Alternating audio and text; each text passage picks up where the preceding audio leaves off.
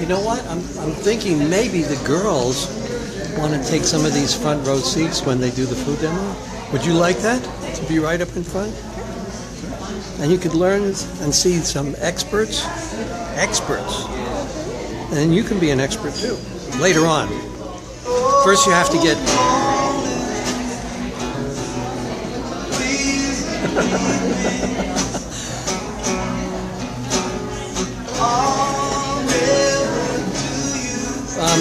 he's going to do some keyboard a little later too. Piano. So far so good. Satir. He's a yoga teacher.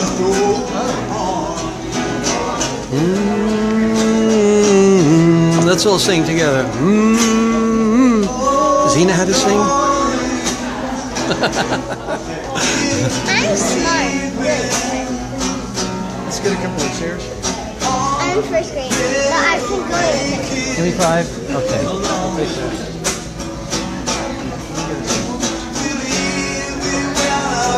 But when the food demo starts, best seats in the house.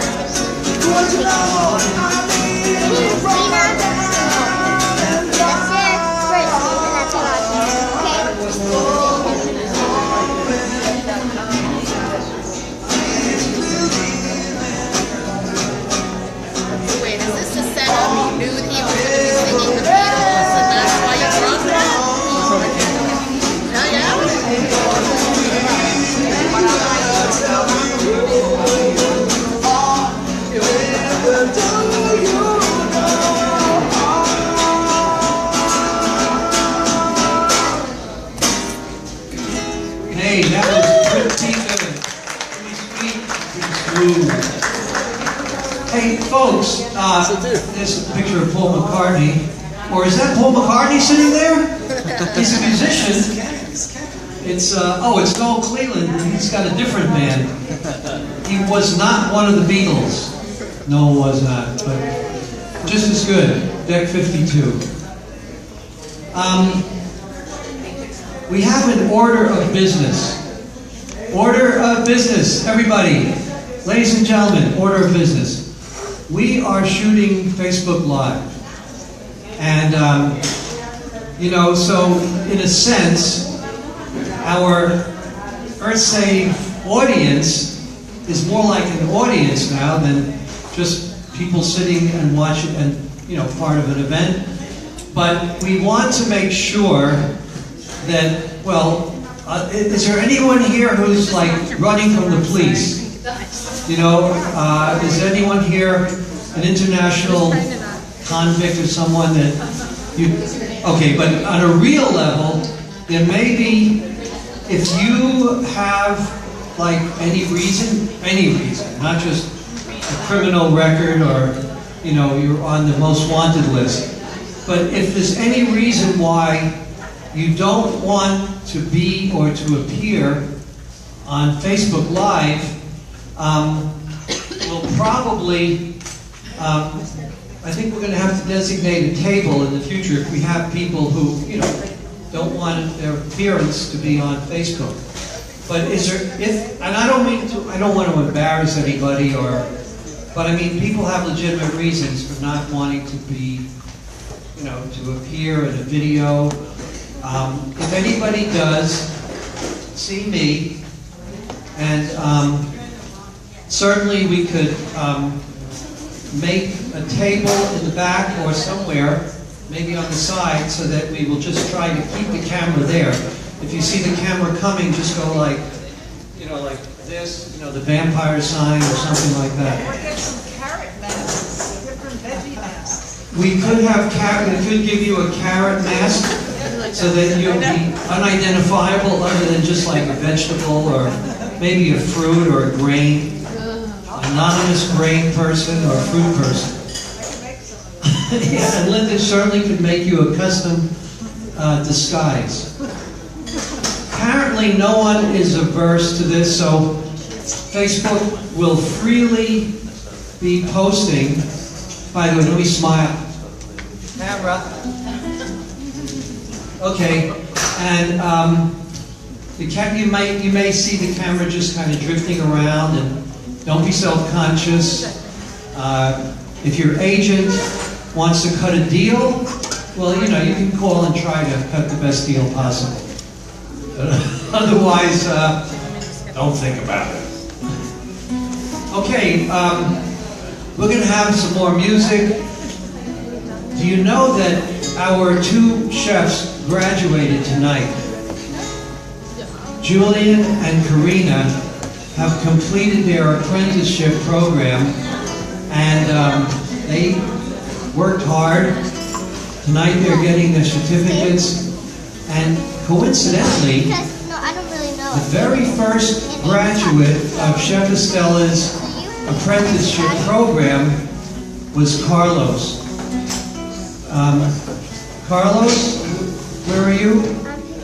There he is. And so, it's just amazing. Can you believe that he graduated 1 year ago tomorrow? So, I mean, I thought it was going to be ultra cool, where it's like exactly 1 year, but it's pretty close, right? So, tomorrow will be his 1 year of being a graduate plant-based chef and adopting and incorporating the healthy vegan lifestyle, especially the live food. The live food is probably the best part of the healthy vegan diet. It's got all the best of the best, the goodest of the good, and the greatest of the great nutrients. But anyway, a little more eating, music, and then we're going to have esto, demo, demonstration of some of the greatest, if not the greatest, beverage on the planet. Don't take my word for it, you'll find out.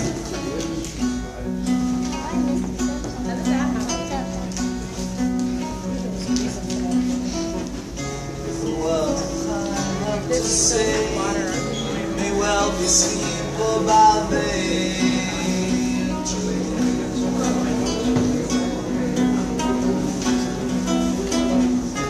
If you don't give your love, there's nothing more that we can.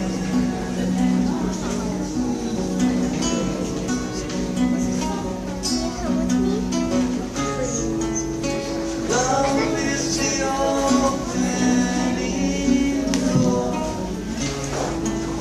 Love is what we came here for. No one to offer you more. No one.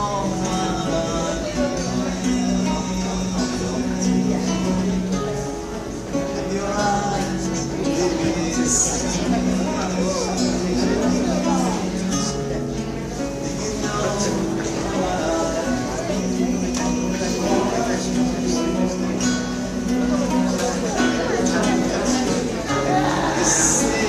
very hard Okay, let's take a break. to be behind the light. Still some talk to mix that. There's no other way, and now it's really up to me.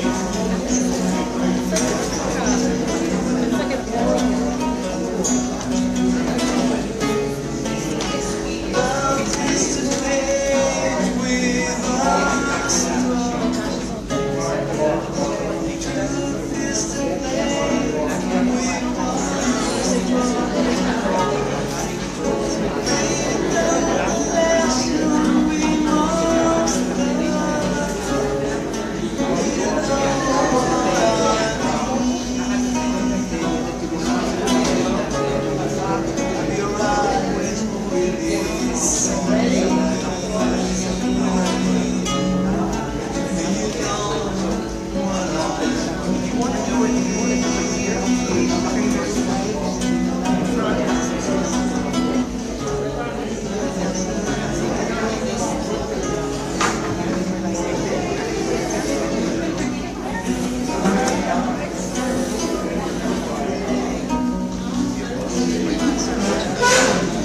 So we're going to ask Carlos, Carlos, Karina, Karina, and Julian Come to here, come please. up. Karina, Karina, and Jen. Oh, no, excuse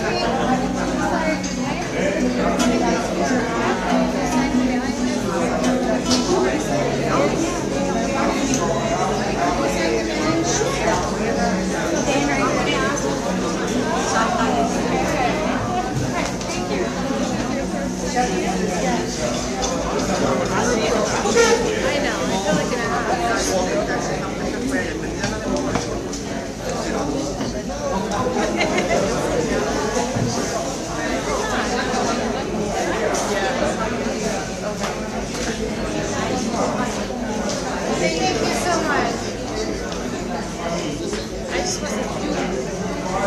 By the way, you may have noticed that we are dispensing with all the tickets and the giveaways and selling raffles and all that. Tonight is all about non-materialism.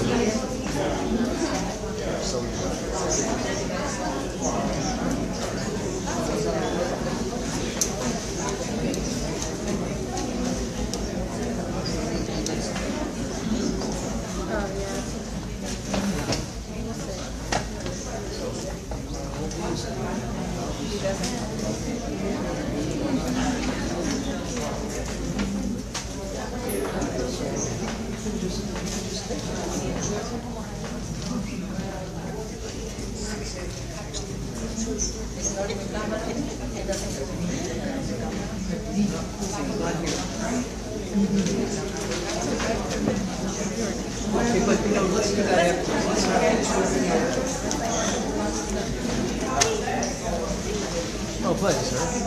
Okay, so if you will, eyes forward, because right now, Karina has a 40-day program that this is day 40 or 40 plus.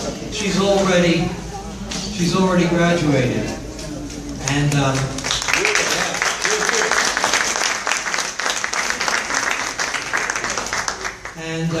on our website is her really remarkable statement that she made. It's too long to memorize, I think. You didn't memorize it, I didn't. So it'll be on our website, it'll be available for your friends and everything else, but it's in black and white, or maybe in a colored fonts, like green font or something. And so we are, Chef Estella is presenting the certificate to Karina,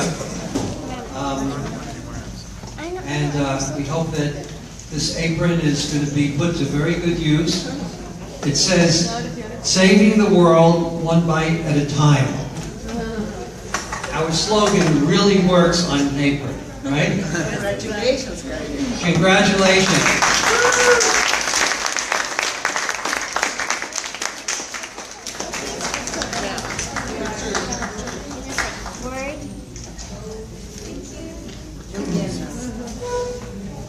And now, Julian Delgado.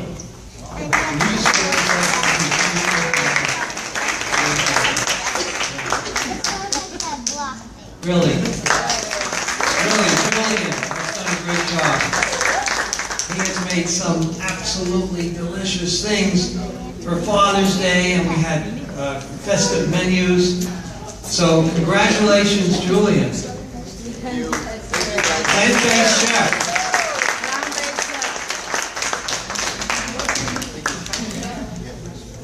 Now go feed all the hungry people, especially the ones who, hey.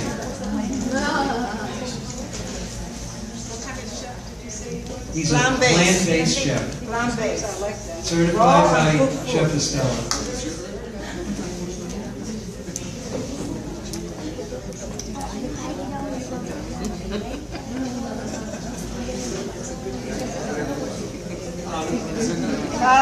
Carlos graduated. Today is a year. Okay, this is Carlos.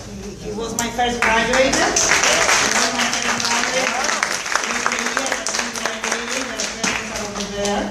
And he has been eating plant-based food, and he is available as a personal chef. It's delicious what he cooks and prepares. So congratulations for the young people.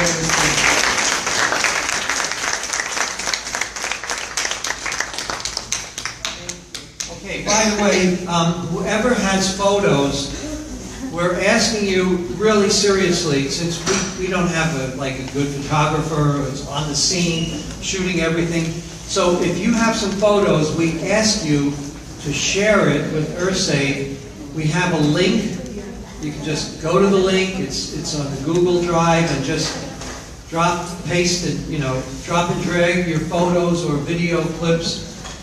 If you just ask for the link, I'll give it to you by text or email, or it's on our website, it's on everywhere. So please share the photos that you take tonight.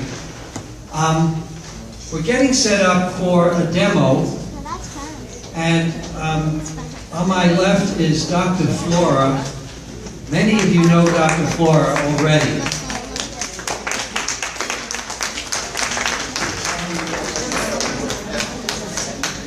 How many people know Dr. Flora's doctor? I say it that way because Dr. Flora, I think it's safe to say you were privileged. You always say you were privileged, and almost anybody would say that if they were working as Dr. Ann Wigmore's personal assistant right over here, day in, day out, learning everything that Dr. Ann Wigmore, Dr. Ann Wigmore, who technically invented wheatgrass, Dr. Ann Wigmore. Well, she didn't invent wheatgrass. It was the first grass that appeared on Earth and virtually created the entire mammal species, because we like grass and green things. But Dr. Wigmore perfected the incredible healing, curative properties, and taught how to regain health and maintain health with wheatgrass and some of wheatgrass's best friends, like Rejuvelac and some other goodies. We're going to be ready in a few minutes, right? Estella, we're ready in a few minutes for this. We have a machine. And as soon as we're ready, I'm going to get here. This demo is one of our live food demos every month. And we have wonderful guest chefs and nutritionists, people who have a restaurant or a business or, coaching. And they're teaching everyone how to make live food goodies. But as I said, I don't think I'm biased, but Energy Soup may have saved my life more than once. And if it didn't save my life, it really pulled me up when I was really in trouble a couple of times. Dr. Flora has used it to literally save many people's lives. It's not a joke, and of course not a joke, but there are millions and millions and millions of web hits when you talk about green smoothies. That's the popular and awesome beverage that can change our civilization around. But probably of all the green drinks, Energy Soup is the queen of all drinks. It's okay.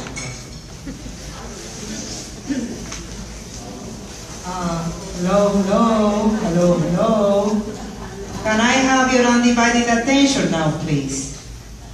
Can I have your undivided attention now, please? I have the honor to do a live food demo with Dr. Flora. Dr. Flora Mason Van Orden worked with Dr. Ann Wigmore for over 22 years in Boston and Puerto Rico, and is certified by Dr. T. Colin Campbell, author of the China Study, from E. Cornell in plant-based nutrition, at the Shorthand University Medical Center, in the well-recognized in the nutrition medical practice. at FIU during the Holistic Holiday at Sea cruises. She's a well-recognized authority in cell regeneration through enzyme nutrition and autolyzation. That means fermentation of starches. With you, Dr. Flora.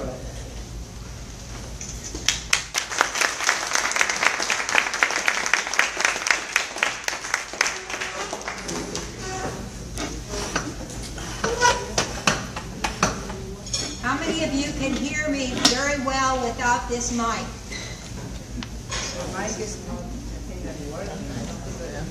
Yes. Okay. I prefer, the mic is working just fine.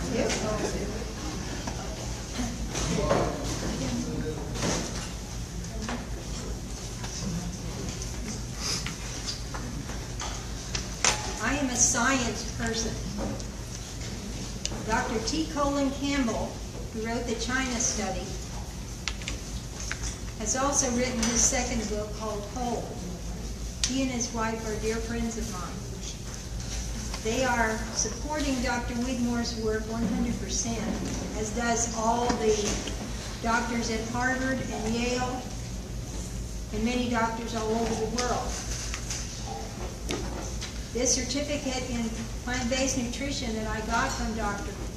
Campbell means a lot to me, but it also gave me an opportunity to show them what somebody could do when they're 81 years old and they can dance anybody who's on just a regular vegetarian or vegan diet under the table. When I went on the Holistic Holiday at the Sea cruise. Where did you get your energy? Well, Estella is going to show you where I got my energy. Got my energy from electricity. More than 2,000 years ago, people were using chlorophyll from the moon. And we forgot. We only need between 8 or 9% protein. Not something that's hanging over a plate. Or 2 or 3 cups of beans. I just love beans. And in the wintertime, I do eat some cooked food. But one of the things that, if you just want to give it a try for a week or two, that Dr. Wigmore taught me was to please think about summertime. God gives us an opportunity to clean our bodies out from all winter, the 9 months of being cool and having to be inside, especially up north. Down here we're luckier.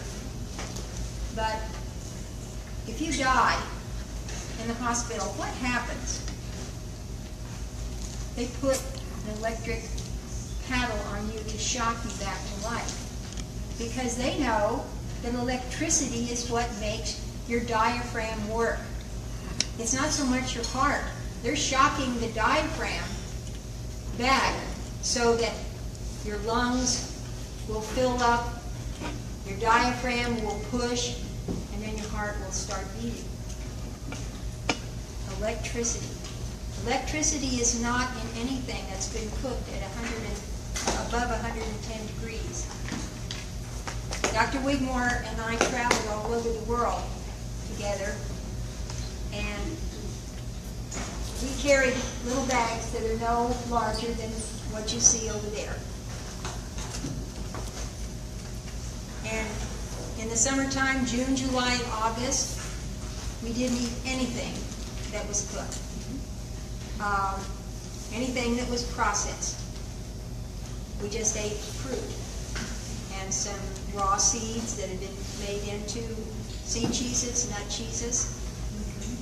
But this is where you get your energy. Right now, if we were outside picking these wonderful mangoes that are just beginning to fall off the trees down here in Florida, and this is such a glorious time.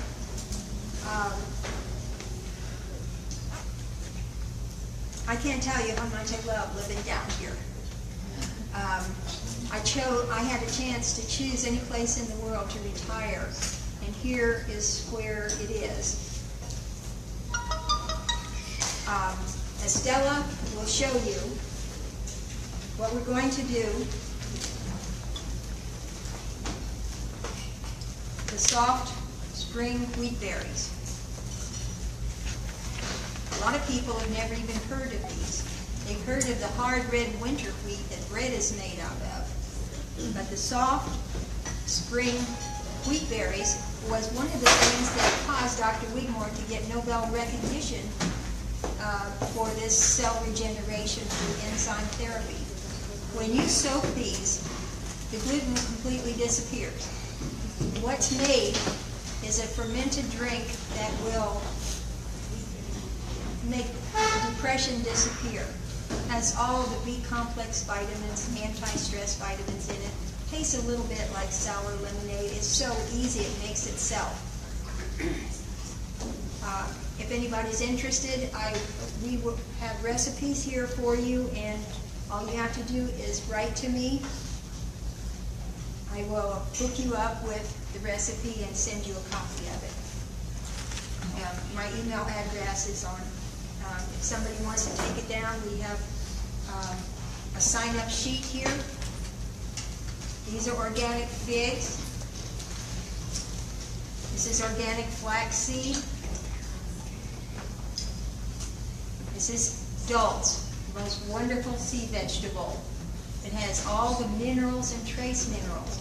People do not get sick because of a lack of vitamins. They get sick because of a lack of minerals. 1 tablespoon of dulse a day is all you need.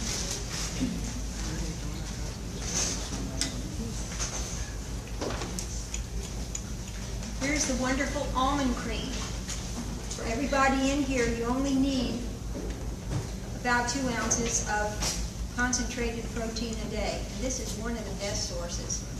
12 almonds soaked overnight to get rid of this tannic acid, which is what you tan your shoe leather with. You don't want that in your body. So always soak your almonds. And Glacier Farm has a very special place that will give us almonds that are raw. Really raw, because all the rest of them are not raw. This is one of my favorites. Red cabbage. This is from Glacier.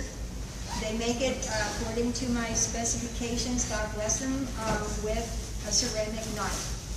Because this is so sensitive that it will react with a metal knife. So you don't ever put a metal spoon in here. Do not ever want to put a spoon in here that's been in your mouth, because the saliva will make it disappear. But this is one of the ingredients, the Juvelac, that is made with the spring soft white pastry wheat berries. You can see it looks a little bit like dirty dishwater. That's what my mother called it. Excuse me, Dr. Clara, can you repeat what is that? The water, the dairy water? That is the fabulous Rejuvelac. Fermented. This is fermented. And these two are 2 of the fermented foods that got Dr. Wigmore Nobel recognition.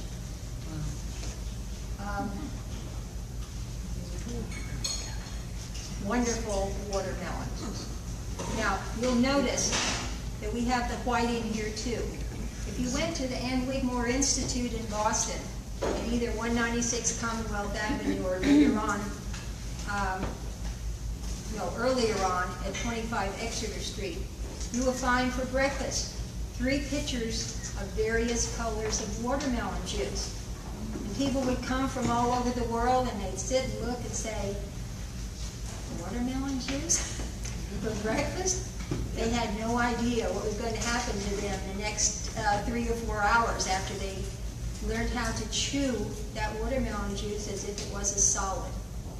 So everything that you are making that is juiced, be sure to keep it in the front of your mouth and chew it at least for 30 times, before you swallow it.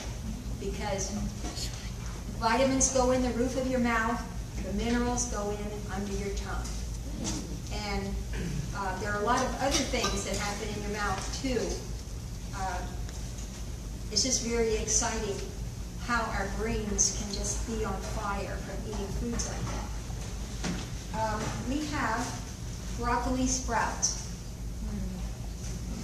Broccoli is a big name, but the sprouts are the only ones that have been given a seal of approval by Harvard for being a cancer preventive. So make sure that you have some broccoli sprouts. And they're so easy to make yourself. The baby greens. The last 2 years of Dr. Wigmore's life, she used only weeds from her garden down in Puerto Rico. This is lamb's quarter. This is what you call male energy. If you want to give a speech, if you want to be really focused, if you're going to win a race or win a contest, make sure you have some lamb's quarter. It will grow probably as 8 feet tall if it's allowed to. This is purslane. It's very interesting that Monsanto is having fits over pigweed. This is another name for purslane right now. Gaia, or Mother Earth, is making this sprout all over the place to give us back in our soil the energy that it needs. Beautiful. These weeds will only grow when the soil is so depleted and so full of oil from the sprays, from the insecticide, the pesticide, all this stuff. Little solvents come out of the ends of the rootlets. Dr. Whitmore saw this an electron microscope in Harvard, and it neutralizes all of the negativity in the soil. So these are so valuable, along with all the weeds that you know from your own countries. Those of you who are, I've traveled all over the world, and everybody has a form of dandelion. Everybody has a form of all different kinds of weeds that their grandmothers have taught them about. Please keep up this knowledge. So the first thing that Estella, Chef Estella, is going to do is she's going to put in some Rejuvenac. Yes, I'm going to put 1 cup of Rejuvenac. Now I'm going to add, if you follow the recipe, the 2 cups already measured of watermelon chunks with the dulls. Seaweed already sprouted, already rinsed. So you soak the seed, then dulce. Dulse, D-U-L-S-E, dulse. Okay, It's dulse. a sea vegetable. Right. Now, please do not use kelp. The other name for kelp is combo or laver, and we have found out since 1944, when the Americans found that the Japanese prisoners in Guam were using a certain seaweed to make their rice scrumptious. This is what monosodium glutamate is. So it's really, really important for you not to use that anymore, because it actually, according to research, it will destroy parts of your brain that allow you to learn things. You cannot retrieve things that you have already learned. Kelp. No, we said? Yes. No kelp. Because the other name is combo. What about laminaria? Pardon? No, that's different. I'll have to, those are the only 3 names that I get taught.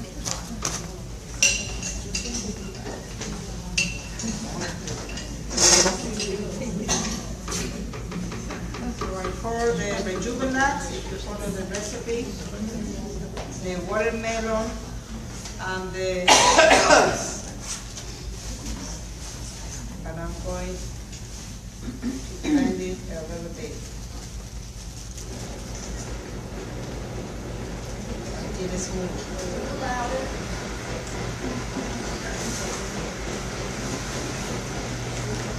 This is so fast and so simple.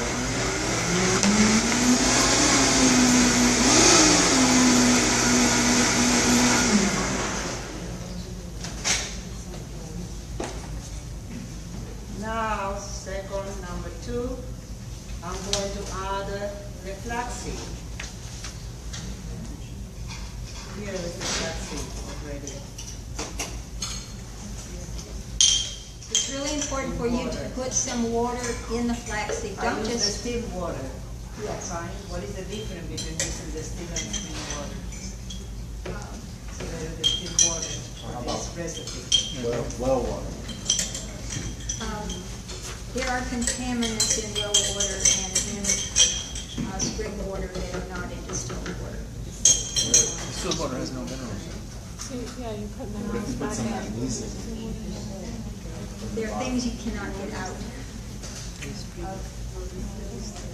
tap water and spring water. So it's much better to start with pure water. Pure water, like from the sky. I'm going to add That's not good either. another cup of rejuvenant.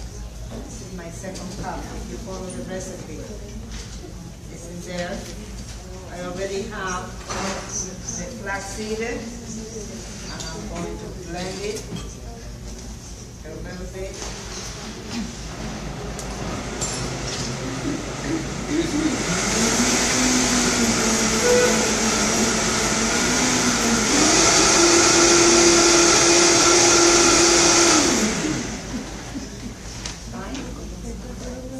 Flaxseed is like corn. The way it goes in, it comes out. So you really need to grind it up. Very famous doctor, lady doctor, did a lot Now of I work have on cup flaxseed. number 3. How about cheese? Tea is fine too. Is it better to But soak them? flaxseed is, They need to be soaked. Or sprouting is even better. yes. And now I'm going to add the 2 cups of herb mix. Yes. Of Say, herbs. no okay? kelp. What about iodine? There's plenty of iodine in bells. There's actually more iodine in kelp than you need. But you said don't use kelp. Use dose. What about liquid iodine drops? It's isolated and it's much better to have it as a whole. Thank you. Yes. With regard to the dulse and just any of the seaweeds, are you concerned about the contamination in the water? Because that's Yes, we- something that I've been hearing a lot. We all are. So how do you combat that? Is there a way to purify it, or is there a way to strip out the toxins? Well, the dulse is from the real northern waters. You know, it's more pure up there. But even the waters in Washington State and in Maine are contaminated now. And everything is probably from Fukushima at this point. Yep. That's why it's important to eat the seaweed, because of the iodine. It's a protectant. What about the radiation? Yeah, that's good. Those also have calcium chloride. It has all the fluorides. Now I'm adding the herb mix. Dr. Flora said no spinach or watercress for this recipe.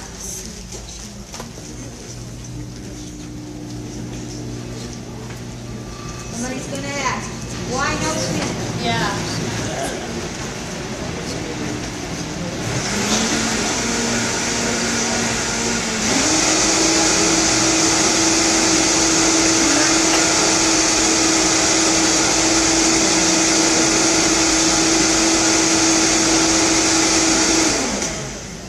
Fine.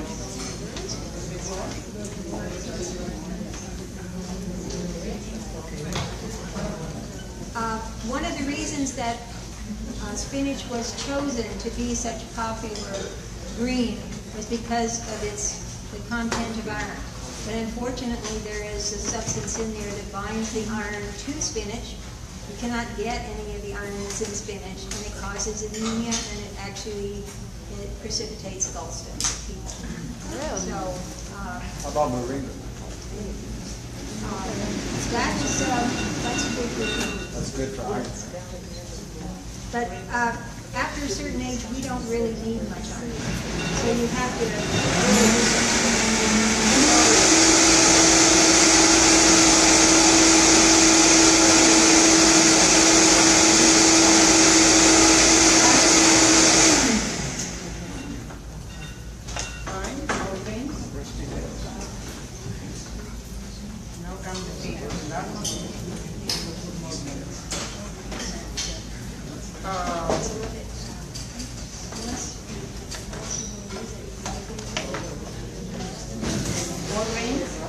Karina, can you please bring me in the refrigerator? There is another While bowl we're waiting with greens. for the greens, I'll tell Yes. you. Everybody has a favorite bite. And one of my favorite bites is, we have to be careful about our fat. 2 ounces of fat is really all we need at a particular eating experience. So 2 ounces of avocado.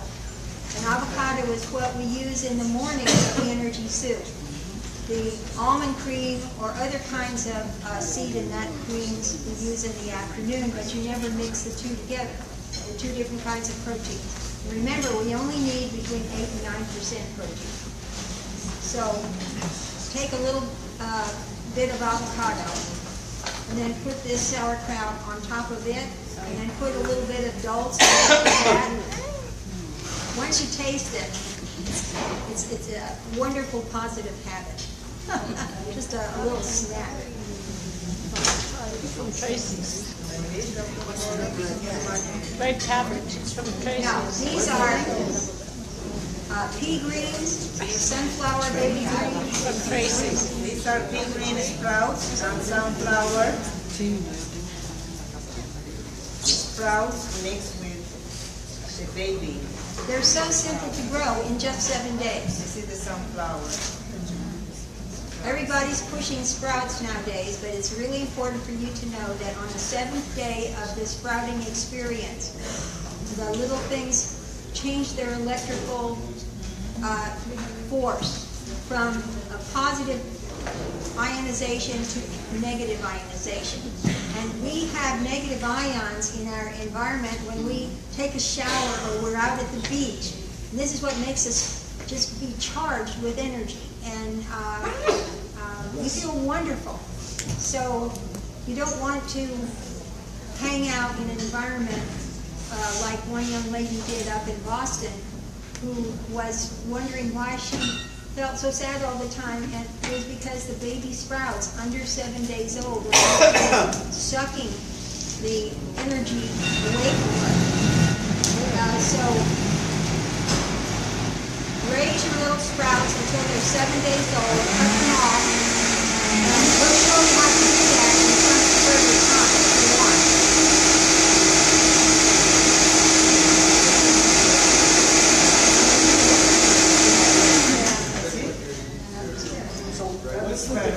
Now I have the beans.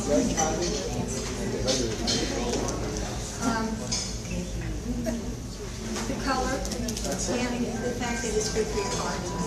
More greens. Now I'm talking about the beans. You want to taste it? We have 3 cups of rubella.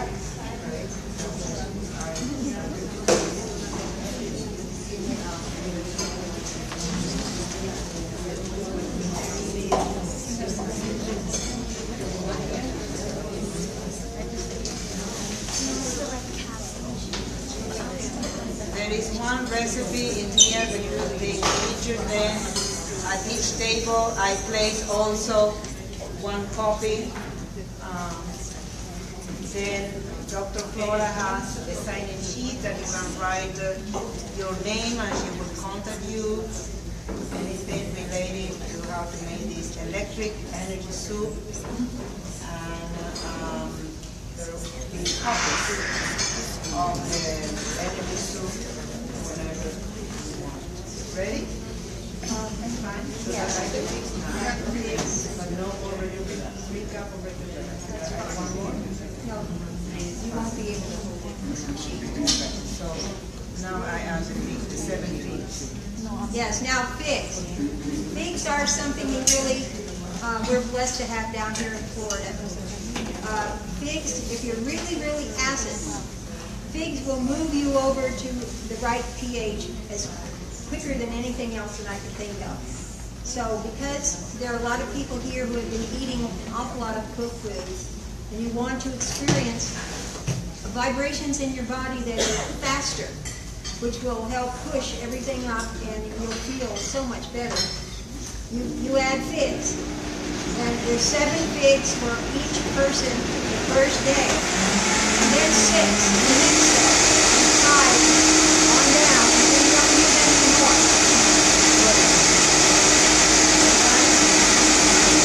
Ready? So would you say they're good for cancer?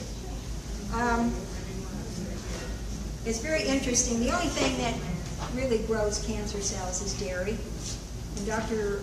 Kimball has proven that, with studies and clinical research. If it's a live food, sweet, it's okay. Have you heard of this berry from Australia called the bushmeat berry?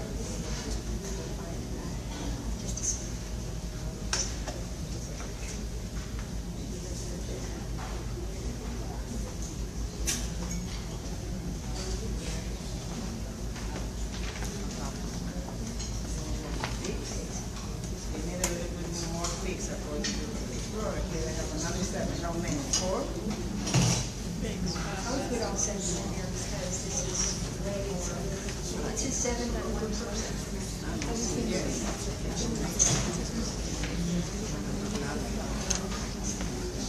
You have a lot of questions. That's why you should ask. Yes. We have this right now.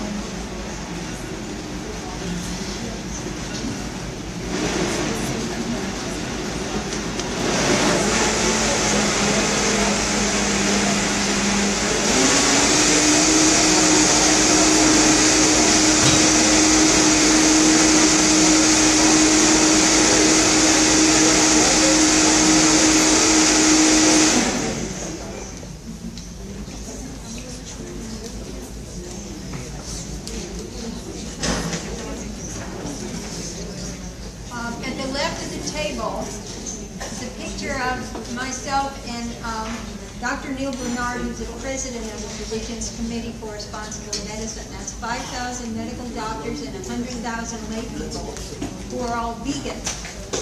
And these people are researching.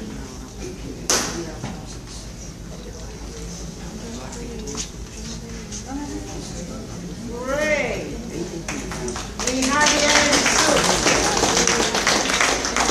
Now we're going to do, if you read there, in the morning you can add avocado and 2 ounces of the sauerkraut. In the evening, that's why I made these recipes there. I made the almond cream that is made with Rejuvelax and the soaked almond. The recipe are in there. Right? So we are going to give just 2 ounces of this one, the energy soup in the evening with 2 ounces of the almond cream and 2 ounces of the sauerkraut. So if you drink your cup, so we will pour this one, and then we will add Karina, can you please come and help me to pour the 2 ounces of the almond cream and so if you drink the one who want to try. Will all this be in the recipe? Everything is here. Everything is here, okay? The recipe. Okay? There are copies in there, you can sign it in there, okay? And yes, you can take it here, Karina.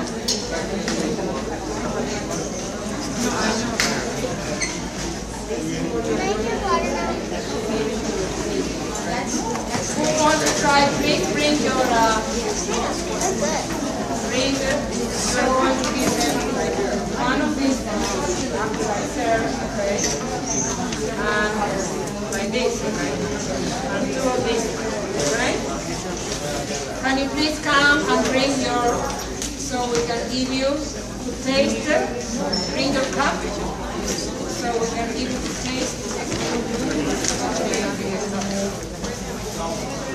It is rather sweet, so add a little bit of the right?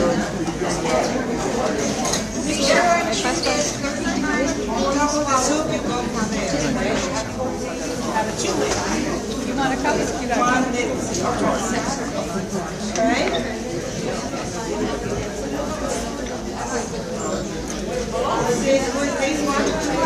Next one,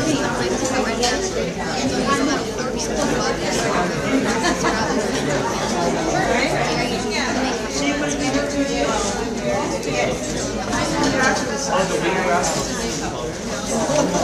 In the morning, avocado, because it's a different type of pasta, okay? It is almond cream and sauerkraut.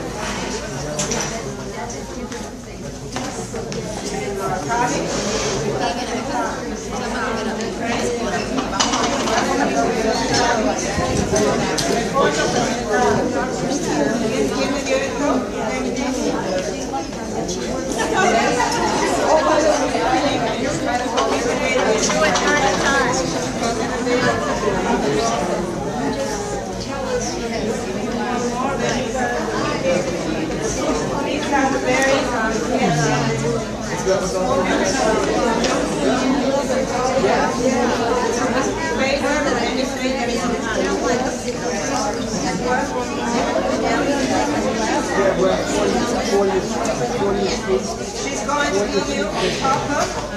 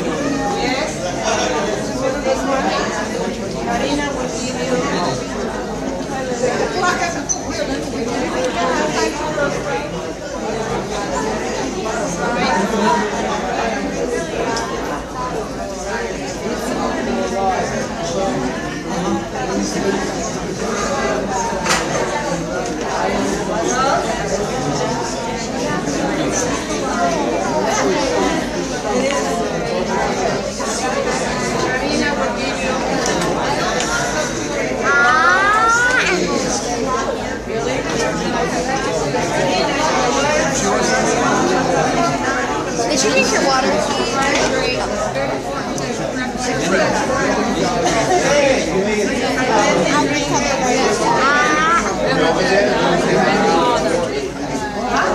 It's only if we need more because I'm already standing up.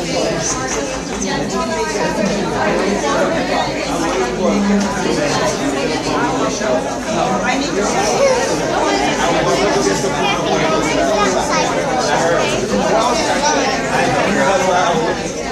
Go ahead. Are you done? Let me get you some more. Let me get you more. Sit outside with me.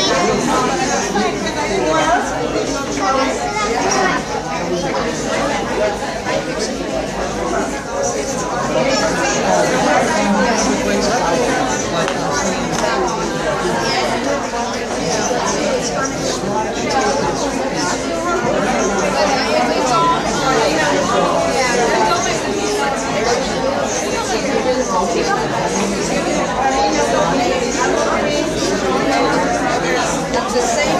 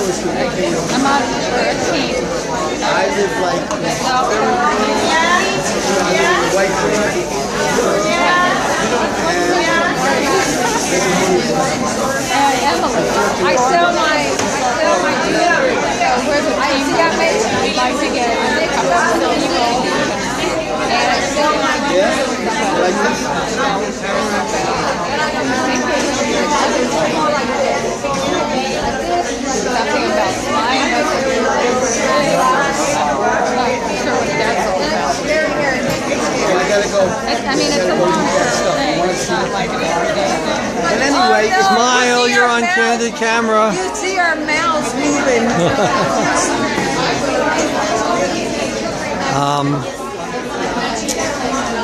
Let's see. Okay, we're setting up for a big show, which is Home on the Range. It's an awesome celebrity benefit video. Stand by. It's weird to have this, but you put a great post on the website or on Facebook. Wow, 26 people. You put a video, 80, 100. Now we're up to over 200 on site.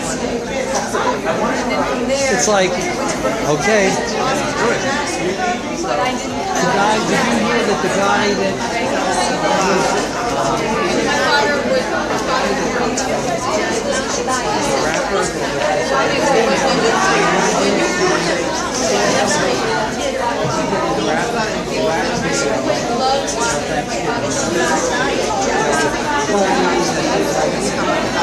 come into the house and we're having sweet potatoes. Turkey? No.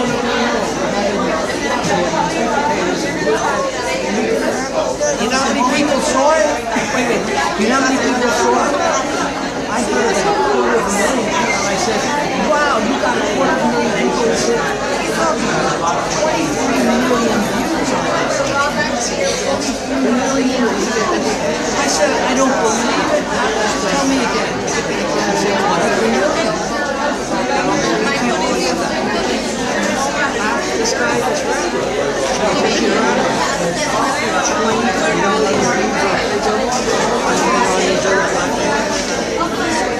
Okay, so it's done now.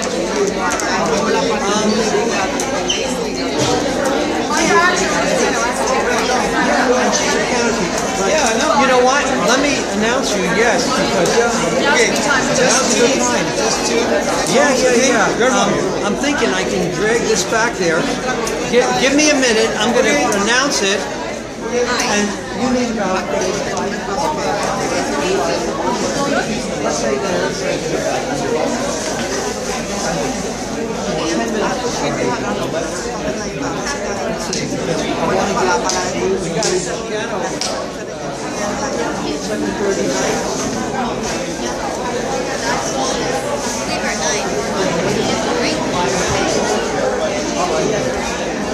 okay.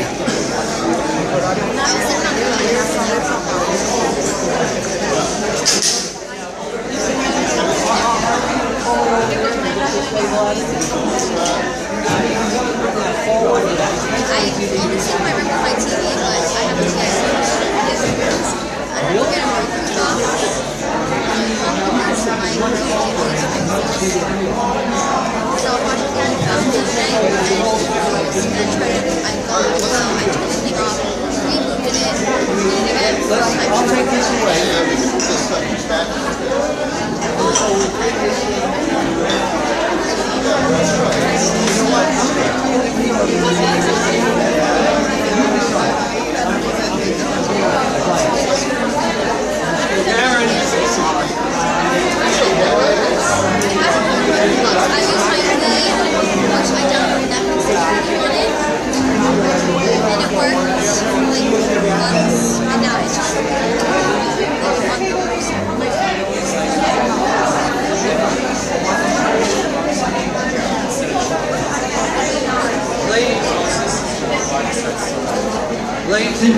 Ladies and gentlemen, while we're getting set up, 5 minutos. Does anyone know it?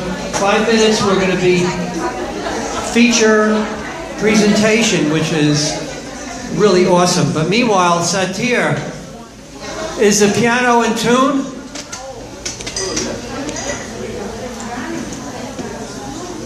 We've got a special treat tonight because Satir is not just a guitarist. So I have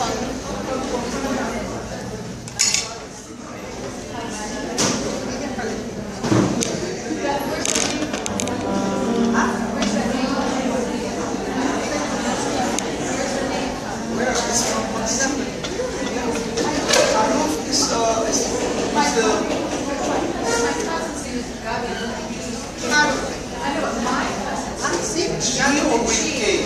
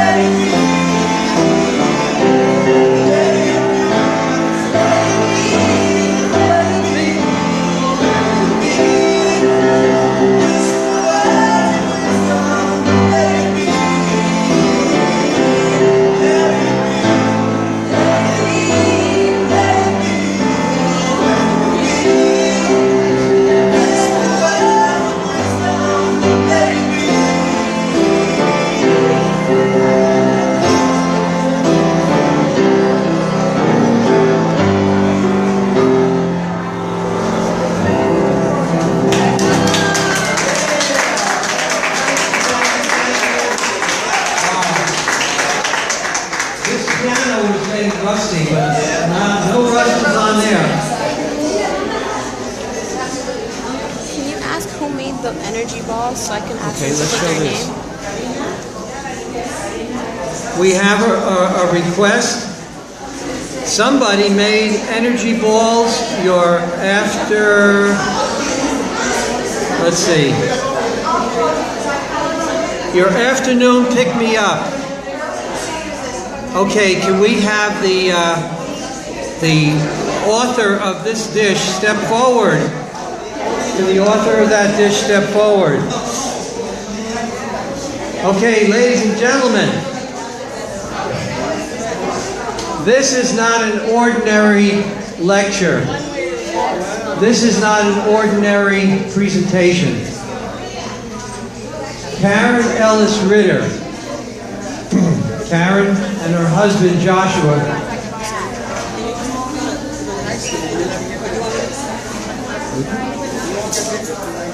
Excuse me, can everyone please have a seat and listen? Excuse me. Silence please, so you can hear the presentation. Thank you. thank you, thank you. By the way, whoever was looking for that recipe, the pick-me-up, it was Dr. Vargas. There she is, Dr. Vargas.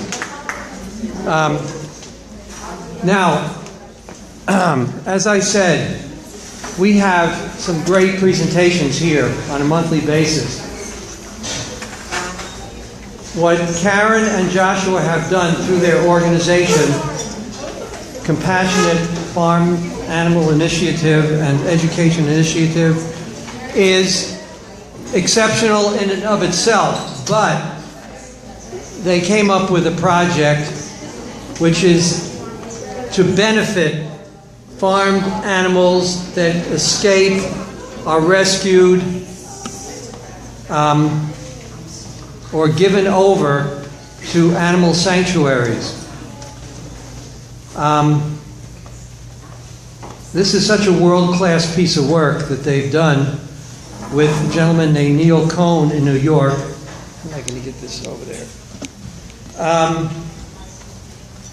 But they can tell you a lot better than I can. So, Karen. And by the way, Karen has done presentations here at Earthsafe, not once, not twice. We're heading for the big numbers, but every one of them is great. So you. Thank you. Thanks. Hey, Joe.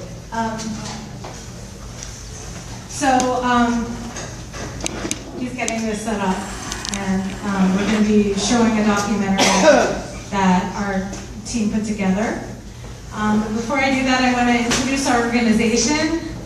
My name is Karen Ellis Ritter. I am co-founder of the Compassionate Farming Education Initiative. We are a vegan education nonprofit, and we promote a plant-based global agriculture model because it is an imperative for our planet that we shift away from animal products because they are the leading destructor of the environment, of our psyches, of our spirits, and certainly the most destructive force against animal species. So we promote this through education and outreach, and we access online and open source materials. There are so many beautiful, important grassroots organizations that already exist that have created wonderful materials. So what we've done is we've created a giant, almost like an encyclopedia of all the best resources on the internet, so that you can go there and look for whatever topic relates to veganism and find the information that you want. So if you're brand new to, to this whole thing and you have never even heard of veganism and you just want to learn, there's books and there's documentaries and there's amazing, articles and things like that. We have listings of where you can purchase things retail, online. We've got, fitness, health, every single category that relates to veganism, we have just a whole host of resources. And one of our partners, Dory over there, she's working with me to develop the quintessential resource. We're moving our website over, and very shortly you're going to be able to, keyword search absolutely anything you can imagine. We have thousands and thousands and thousands of resources. So it's going to be very easy to find things by keyword. We also have a U.S. directory of farm sanctuaries by state. I could not recommend more that every person on this planet visit a farm sanctuary and get to know these majestic animals. You know, if anyone's ever had like a rescue dog or cat in their home, you see this gratitude, this reverence, and this companionship that is beyond compare. And when you go to a sanctuary, where a lot of these animals came from abuse situations, you'll experience, you know, much of the same thing, only with animals that, you know, you've never had exposure to. So Josh will talk more about the project itself. I just wanted to give a little bit of a background about what we do. We're developing several different workshops right now. For those of you who are seasoned advocates, we're going to be running out a beta of a workshop called Advanced Targeted Advocacy Techniques. And it's basically about reconnecting to your original purpose, how you became a vegan, and what inspired you, and kind of clearing out, clearing out things that hold you back psychologically, you know, just kind of being present with people and being a more effective advocate. We're also going to be doing a vegan startup 101, like helping people to bulk prep, how to shop vegan on a budget, how to go vegan instantly, like ways to just, you know, instantaneously take what you're cooking right now and then, you know, just take out the animal products and put in, you know, the plant-based alternatives until you start to gradually learn what's really out there, and there are thousands and thousands of options. So, yeah, we're trying to just basically cover all the bases, and anything that has not already been created, we are going to find, you know, a way to fill in the gaps.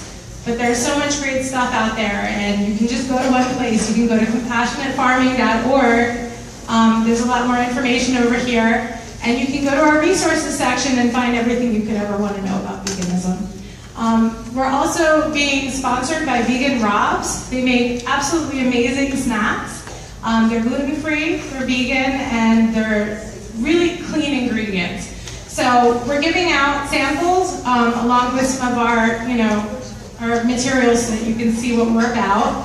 And all we ask is if you could just sign our mailing list. We maybe send out 3 or 4 emails a year. We're pretty much just letting you know what projects we're working on, what festivals we're going to be at, or what, you know, events are coming up. So please do so, and feel free to take and enjoy. And we also have CDs for sale, which Josh will talk about, and t-shirts, buttons, stickers, and everything goes to the nonprofit and to farm sanctuaries. Thank you. Here's my husband, Josh. Hello, hello. So yeah, as Karen said, as Jeff mentioned, I'm just going to tell you a little bit about this project that our partner Neil Cohn started up in New York a couple of years ago. He had the idea of, you know, what's a great way to reach the masses with the message of vegan lifestyle, animal rights, vegetarianism, all these things. It's such an important thing. So what's a great way to reach people who would be totally uninitiated otherwise? And he's a musician, and he had the idea, well, maybe to do an album of a compilation of vegan, vegetarian musicians. And he had this idea, and he said, well, what we could do is we could put this together, sell it as a CD or a download card, and proceeds could be donated to farm sanctuaries. As Karen mentioned, farm sanctuaries are wonderful places for these typically farmed animals to be able to live their lives out in a free and natural way. And that's something that often they get rescued from factory farms. Sometimes they're left for dead. Sometimes farmers, you know, if they're sick, they won't get the veterinary care they need because it's just not worth the money. And what the great thing is, these chickens, pigs, goats, cows, they live out their lives in a very natural way. And the best part is that people get an opportunity to visit the farm sanctuaries. They start seeing these animals in a completely different light. Suddenly, they're not just a slab of meat on the plate. Suddenly, it's not just a glass of milk. Suddenly, these are real animals with joy and with anxiety and with love, and not so different than canines and felines. So he had this idea, and he reached out to a lot of independent artists, but he also reached out to some more familiar artists. And everybody agreed to donate a track onto this album, most of which are exclusive tracks you can't hear anywhere else but on this album. And some of the names you might recognize: Yoko Ono is on the album, Moby, Chrissy Hine and the Pretenders, Joan Jett, and Howard Jones, Nellie McKay, a lot of fabulous people. So the album's here, it's 17 artists, 22 different tracks. And we have it over here on our table here. I encourage you to take a look. I'm going to show you a short documentary right now. What it's really about is the making of this album, and how it was put together, why it was put together, and talks a little bit about CFEI and the basic concept, philosophy behind the organization. So we're going to put that on right now, and then afterwards, if you have any questions or you want to learn more, please visit us at the table. You can talk to me or Karen or Dory, and take a look at the literature, the things we have, and sign the email list. And thank you, EarthSave, very much for having us here tonight. And one more quick thing, I just want to say that the proceeds for the album sales go to Catskill Animal Sanctuary, which is actually featured on this documentary, Woodstock Animal Sanctuary, Kindred Spirits here in Ocala, Florida, and also Happy Trails in Ohio. So all of those sanctuaries benefit from these sales. And also, we have digital downloads for $10, and we have the CDs for $15. And we also take cards. Do we have any sanctuaries here in the South Florida area? Any of the farm sanctuaries you mentioned? Unfortunately, there aren't many of the sanctuaries here. There is one in Miami. I think it's called Earth Sanctuary. It's not a vegan sanctuary because they sell eggs. So, but it does have a lot of animals there, and they do get to live their lives out. So it's not a vegan sanctuary, but it's a sanctuary. So if you want that experience, I still highly recommend going. You're talking about Earth and Us Farm? Earth and Us Farm, yes. Oh, okay. Where is it? Mm-hmm. Little Haiti. Huh? 7340 Northeast 2nd Avenue. Love and Vegetable. Something like that. Yeah, love and vegetables. Love and Vegetable. Yeah, they're a wonderful place. I'm not, that wasn't putting them down. I'm just saying that, our organization, mostly promotes vegan sanctuaries, but, I still strongly encourage people to go.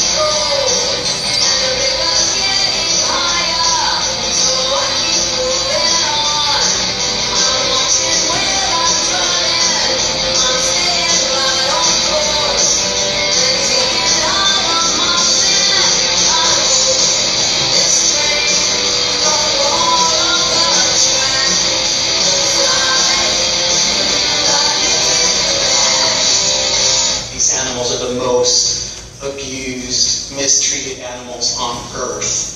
And I was thinking, what could I possibly do to create funds and awareness for farm animals? I created the Home on the Range Farm Animal Benefit CD.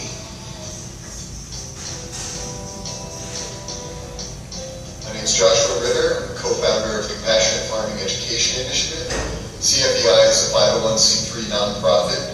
Our goal is to educate people about their food choices, to learn about where their food comes from, what the food experience is before it becomes food, and the impact their food choices have on the planet, on themselves, and on animals. I'm Karen Ellis Ritter. I'm co-founder of the Compassionate Farming Education Initiative. We help people transition their diets into a plant-based, sustainable model, and we educate people about animal sentience and the rich intellectual and emotional capacity of typically farmed animals. We believe that compassionate farming is plant-based farming. First couple of people I reached out to was Moby and Howard Jones, both on board right from the start, and then that helped gain momentum.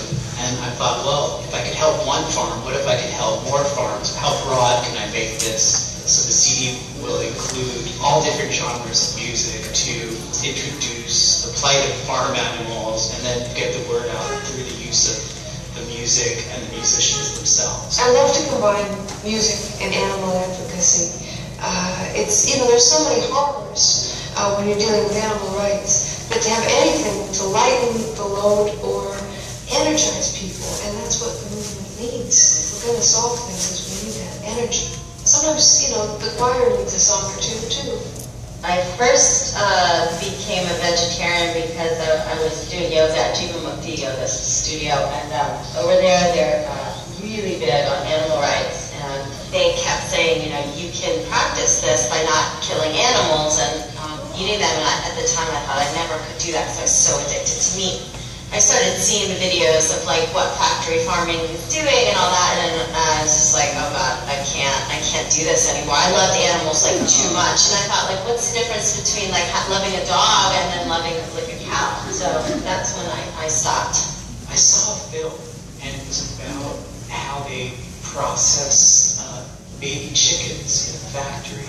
And I'll never forget seeing that. I had no idea that animals were treated that way. They were just baby chicks. It really made me think, if that's what they do to those animals, what do they do to other animals? And what's the difference between chickens and goats and pigs and cows and animals that people have in their homes that they take care of? Cats, dogs, parrots, all the animals are the same. One of the guys that I was in a band with was vegetarian, so I kind of went to him and asked, tell me about being a vegetarian. I'm really, interested. How do I get started? I remember there was one time we were sitting around the kitchen table, I was getting ready for dinner, and asked my mother what fish fingers were made of. I think a lot of kids, they have that moment, and it gets railroaded, that you're supposed to grow up with Care Bears and My Little Pony, and then, you're supposed to accept the horrors that happen to animals, and people are completely confused by these two things. Even when you're an adult, it's completely confused that some animals are companions and some you eat. A lot of people in this country, they have dogs and cats, they have pets. And their pet is like a member of their family. I mean, they love them, they sleep with them, they cuddle with them, and they can't imagine their lives without them. And it's ironic because those same people very readily, eat meat from a cow, chicken, and pig. And there's a disconnect there.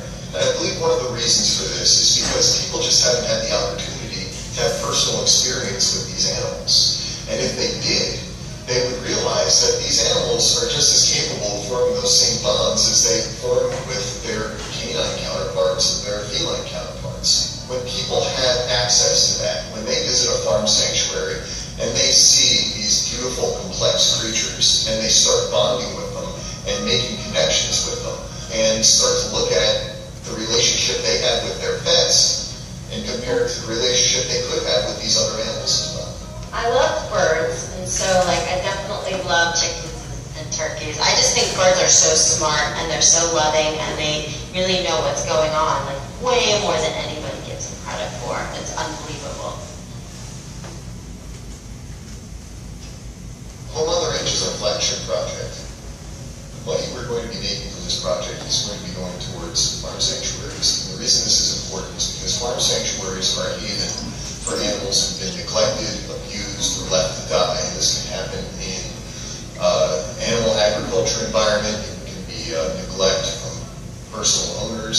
Sometimes they're just sort of left to starve, or sometimes they just don't have the medical attention they need. These places pull animals that have been downed or fall sick, and they get to live their lives out in freedom and peace. And the best part of it is people, get to go and meet animals that they've never had contact with. People get to deeply connect with pigs and chickens and cows and really understand that they're just like us. It's pretty beautiful. And this is why farm sanctuaries exist. This is why they're so important. And they really stand for everything that we stand for.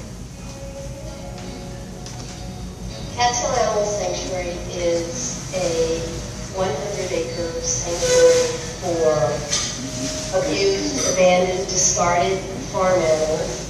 We take 12 species from rabbits to horses. We have a 3-part mission. And the first is to do life and death rescue of these 12 species, bring them back to physical and psychological health. The second is to use innovative education educational programming to raise public awareness of agribusiness and what it's doing to all living things, including the planet. And the third is to be a resource to the community, so we provide a lot of programming to schools, particularly in underserved communities. Good educational experiences should change us for the better. And nobody was doing the educational piece in the way I felt it needed to be done. So from that to really consciously identifying my passions and trying to synthesize them into something, Catskill Animal Sanctuary was born.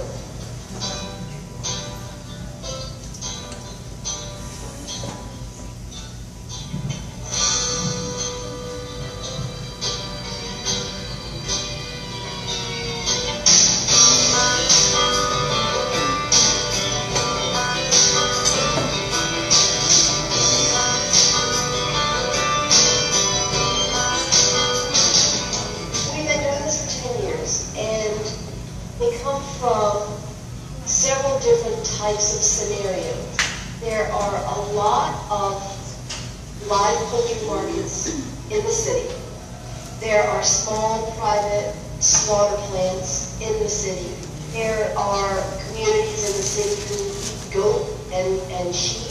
And so a fair number of our food animals come from the city, and they come from mailboxes. They've been tied to trees in Central Park. People have found, we've had taken chickens from dumpsters, to one little chicken hiding up under a Honda in Brooklyn.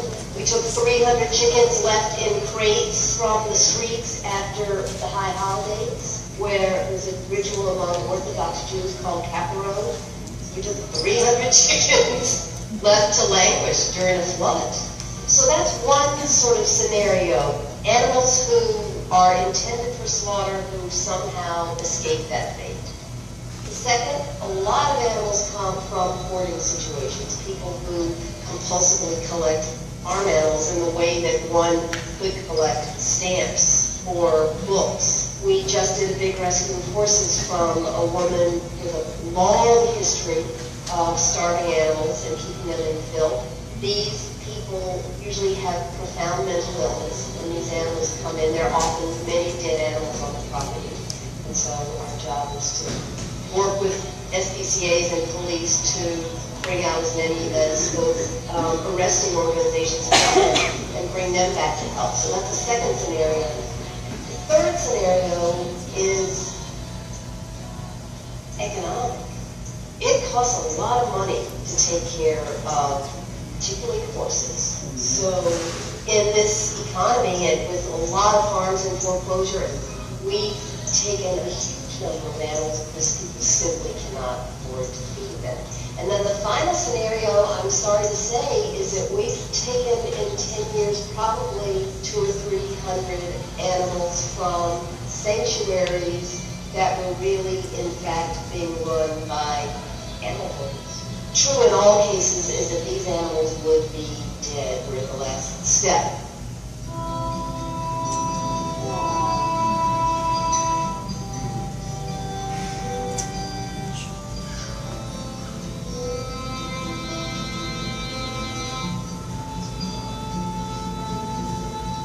I tried to know when to leave. She sits in her bedroom and grieves. There's a sequence that starts all again. She can't get up anymore with the pain. The combination of these drugs has left her hopeless and lost. She wants to count the ways, but she can't count again. I will be right till all the pain just disappears. And I will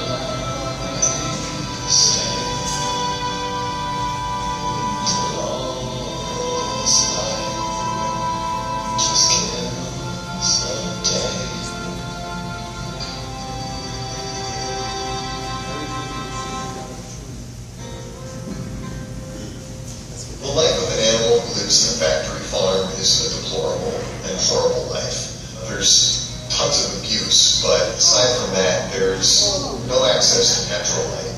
There's no access to fresh air. Overcrowded situations cause, at the very least, horrible stress, fear, anxiety, all the same things that humans suffer. These animals are experiencing this on a day-to-day basis, and ending with horrible death. Over time, I became much more informed about the dairy industry, factory farming, and the horrific conditions and practices that most people just accept as a necessary reality. Behind that, there's a real story of an animal that just wanted to live. That was their life. And the bottom line is, there's no necessity for it. You can thrive without doing that. And if people actually took the time to get to know a pig or a chicken or a cow, they would see an intelligent, sentient being that wants to live. There's not a single animal that will get down on its knees and willfully give its life to you. Their lives are forcibly taken away. Also, I think for a lot of people, there's a detached deniability that those conditions even exist at all. So I gradually became vegan.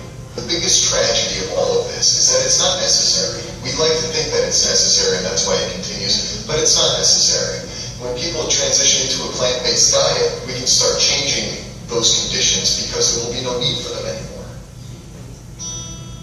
I hope people feel about this place that the love here is disarming. Our job from the first moment they pull into the parking lot is to say with everything we do, whether it's the nutrition they need or how we approach a fearful animal, which is always to get them on the ground. Be still and let the animal come to us when he or she is ready. Often they're not, often they're not. But to say with all that we do, you're a valued part of this place. You essentially get to do what you want here. There was a great big road that I grew up on, and a piece of woman that could be alone. You should have known this up and down.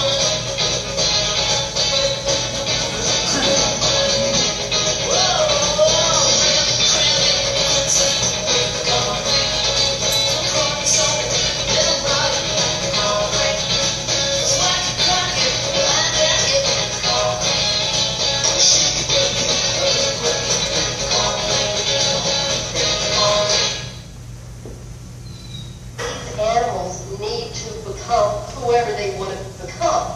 So, Oh, sorry. Technical issue. Did you pause it?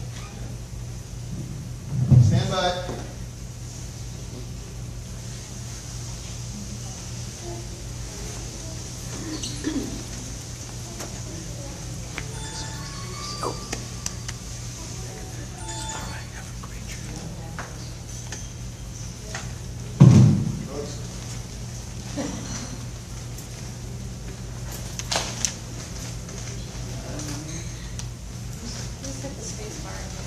but it feels right to make sure that everything we do serves that healing process and serves to help them to become happy, confident, and at ease. The greatest joy of this job, 10 years into this work, is still participating in that process through which you say to an animal, you're okay now, you're safe, you're okay. Still. What the animals have taught me is that we're all the same.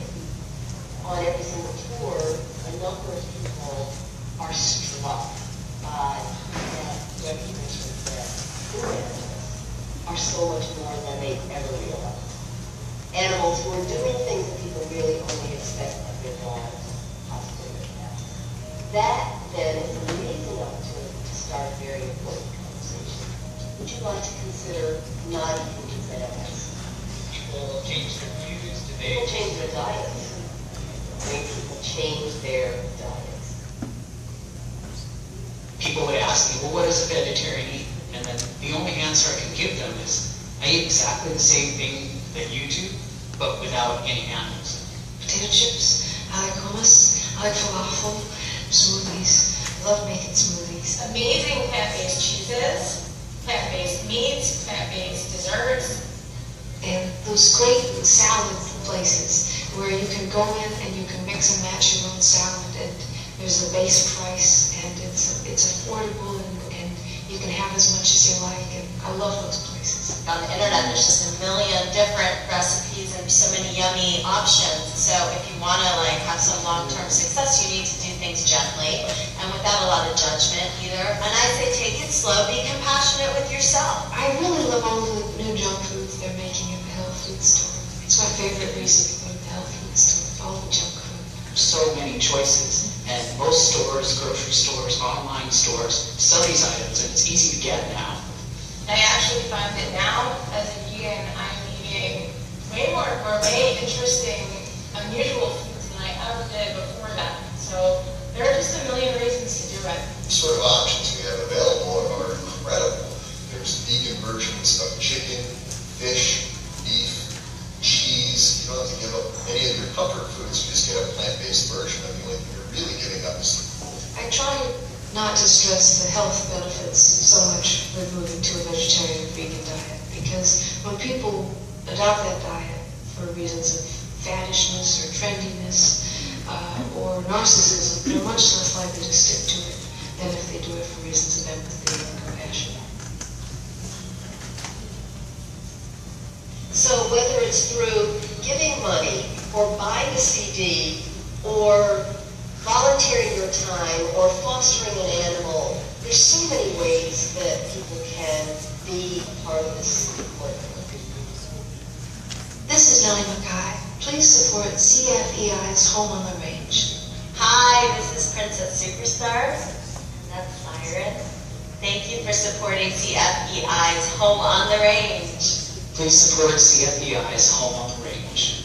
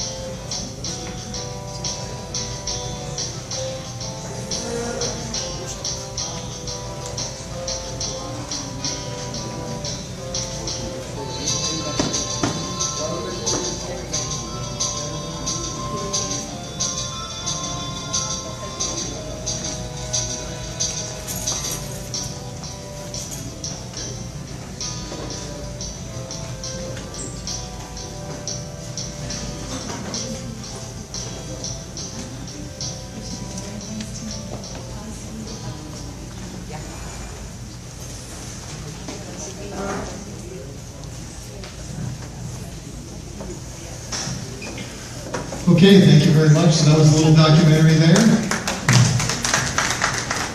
And there's a little music video we're going to call up here in a minute, but does anybody have any questions off the top of their head right now? Yes? My oldest son has 9 goats. He lives up in Virginia, and I would like to find somebody who has a barn with animals in it, or some place that he could work and be with his animals, because when he's tried to go to the other farm sanctuaries, they want to neuter his male goats, the willies, and he wants them to remain unneutered so that they can carry on and from generation where he might stay. Well, we're dealing specifically with farm sanctuary, so I don't really know. I have no idea.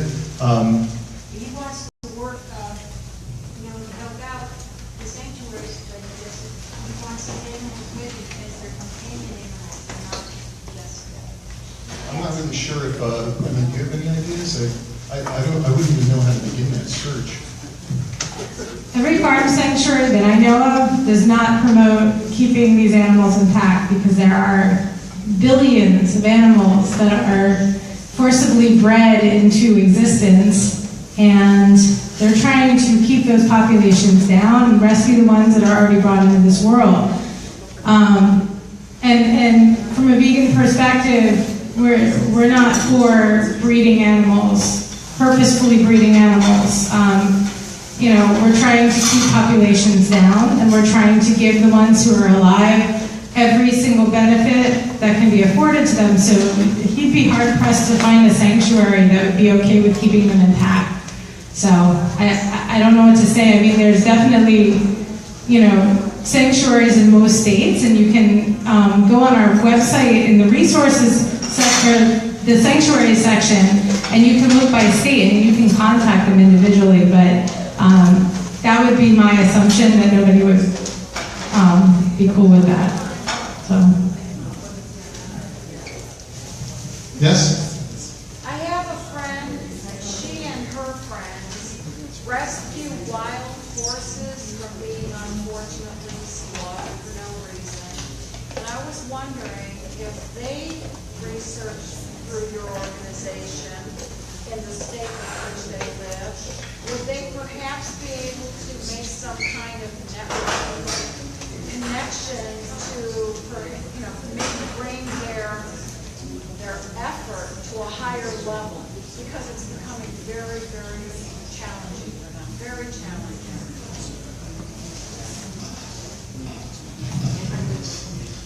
So, if they want to be listed as a resource, we can always add them, and that could garner exposure. Unfortunately, what's going on with the horses is the animal agriculture industry is driving wild indigenous animals out of their lands that they were born in to make more room for grazing cattle. So this is a problem that won't stop until they stop, animal production. So it's really rough, because I know I've actually spoken to people on the Bureau of Land Management, because it's a contentious issue. And I said, what can be done? Obviously, what we'd ideally like to happen is for people to stop the demand for meat, and then, these animals could inhabit their indigenous land.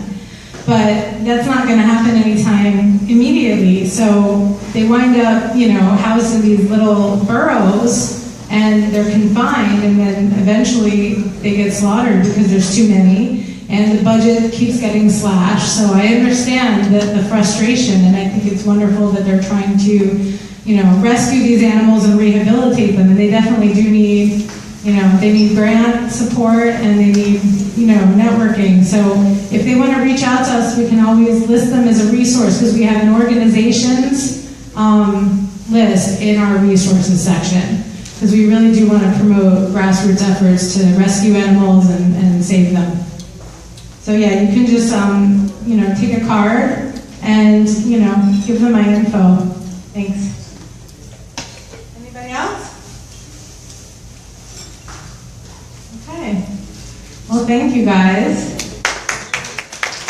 Thank you so much. And feel free to take snacks up on that tall table.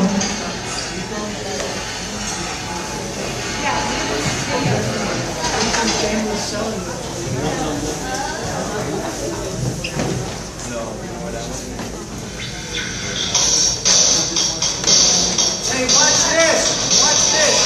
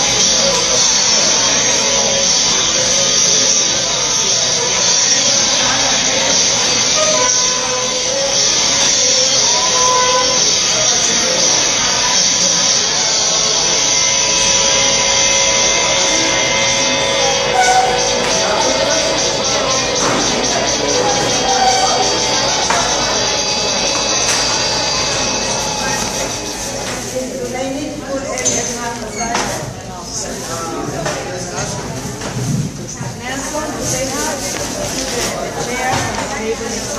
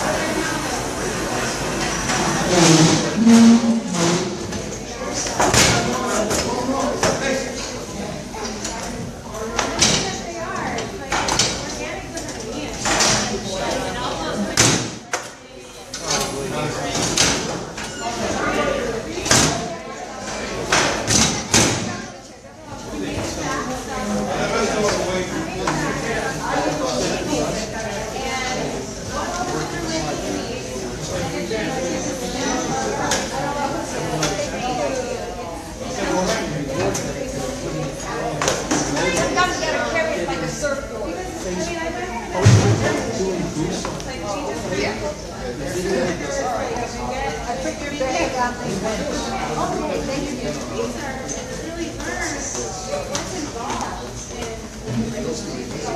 in